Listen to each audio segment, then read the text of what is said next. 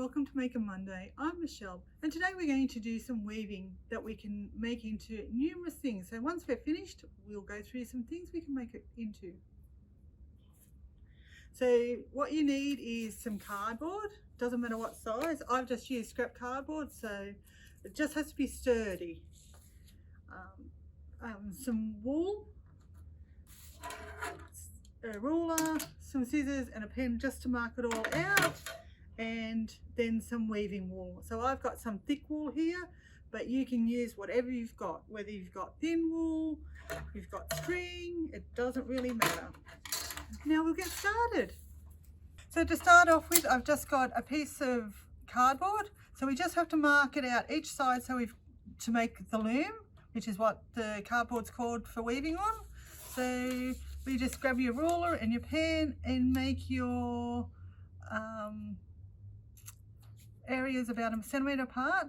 But if you're little and you find this really hard, you can go 2 centimetres apart. It doesn't really matter.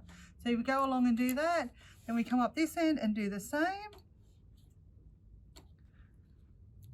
So mine are about a centimetre apart, like I said, but if you want to go 2 centimetres, that's fine. But if you're using thin wool, you're probably better off at 1. If you're using really thick one, 2 might be easier. So once you've done that, you go right across. You then grab your scissors and you go along and just cut down so that you make teeth in the end of your piece of card. So you go across and do all that all the way across, and then once you've done that, which will look like this, see, these are our teeth here. So once we've made our loom with our stripes here and here, we just thread on our wool. So we push the wool in, so we go down to the far end, pull it through so it looks like that. Then we go around and come up, so the back will have little loops like this on it. Then we come back up. So just make sure you don't pull it too tight that it starts to fold on you. So then we just go like so. So we do that all the way across to make our loom. So if you're having problems, then you can, once we're finished, either tie your excess wool down on the back like so, or just cut it off. So that's what our loom looks like. Now we're ready to weave. Okay then, so now we've got our loom ready to go. We've got our wool. So if your wool starts to fray at the end, you can just either tie some sticky tape around it to make a threader, or you can stick a bit of paper over the end. But because we're just starting, we're pretty right at the moment. So you go over, under,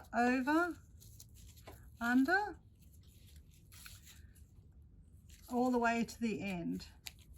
So once you get started, you'll work out your rhythm. So then you go, so that's your first line.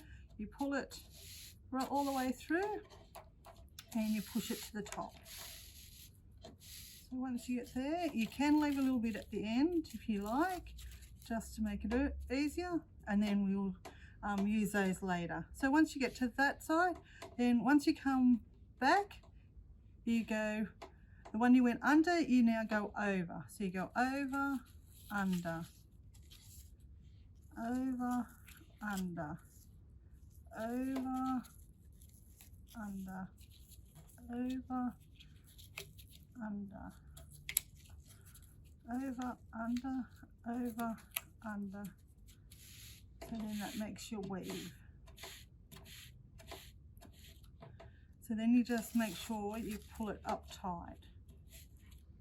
But don't pull it across too tight, because if you do that, you'll see how when I pull it too tight, it goes in. So you just need to have it firm, but still loose enough that it sits straight. You just keep going until you get right down to the end, so you can push it up as tight as you want or as loose as you want. So this is the one I had been working on earlier. As you can see, mine is a little bit looser. So we've got in the dark area, you can see where I've been over and under, and then the next row is opposite. So mine is quite loose. And as I said before about the sticky tape, just put sticky tape on this one because this really has started to fall to pieces. So then we just weave over and under. And just do that all the way to the end. So you can either work with a long piece of wool or a short piece. It just depends on what you feel comfortable with. And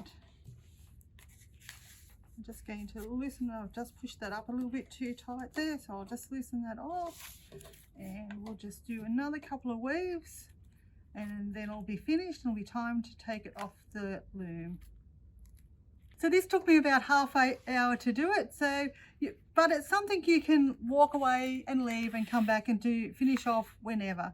So it's probably a good opportunity. You can sit in front of the TV and do it. You can also have your audio book going and listening to while you're weaving. So now we're finished. So once we do that, we'll cut this off. So that's finished. And as you can see, I've also, where I've joined my colours, I've got those. So once we're finished, we'll cut them off as well. Or you can actually use them if you want to stitch it, or you can make them fray. So once you're finished, you just get your ends and push them up. So your piece of cardboard becomes no good after we're finished. And then you just pull your loops off the loom, and so then it looks like that. Yes, because I stuck my ends down on this end, I will just pull them off. All right. And we just pull it off the loom as well.